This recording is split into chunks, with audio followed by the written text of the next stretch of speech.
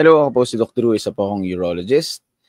Kami po yung doktor ng kidney, ureter, bladder, at ng male sexual and reproductive tract. Meron akong gustong i-clarify tungkol sa mga gamot na pampatigas. Yun yung mga PDE5 inhibitors. Pero bago ako tumuloy, gusto kong linawin na wala akong pinopromote, wala akong binibentang gamot na for penile erection. Meron kasi mga malisyoso na mga nagnanakaw ng videos ko, nilalagay nila dun sa fake page nila, tapos nagbibenta sila ng products. Again, hindi po ako nagbibenta ng kahit anong gamot.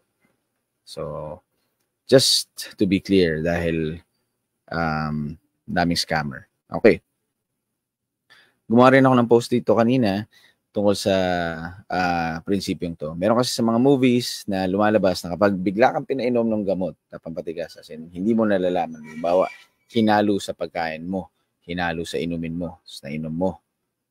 Parang automatic na lang na magkakaroon ka ng penile erection. When the truth is, hindi ganon yung mechanism ng gamot na yun. Yung mga PDE5 inhibitors, they require actual na sexual stimulation for them to work.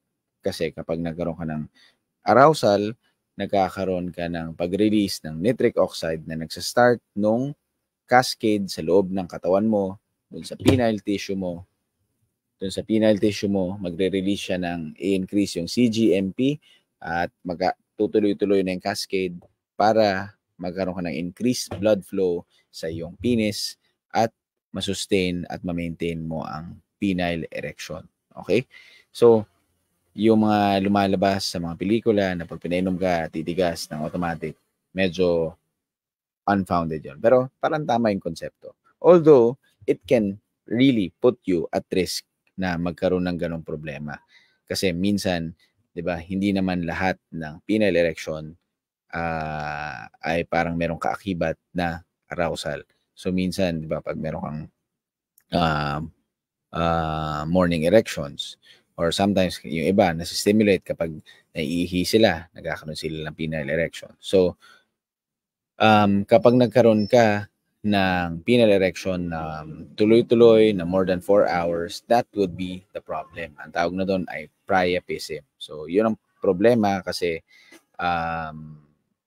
kailangan yun dalhin sa ospital at kailangan emergency na tanggalin yung erection niya. Dahil kapag hindi yun na-address, pwede ka magkaroon ng permanent erectile dysfunction.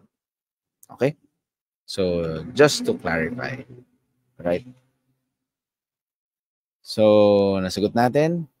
Ang sagot sa tanong na to, kapag uminom ng pampatigas, automatic na titigas? Hindi. Hindi. Kailangan ng penile erection. Kailangan ng sexual stimulation. Ako po si Dr. Drew, urologist. Thanks for watching.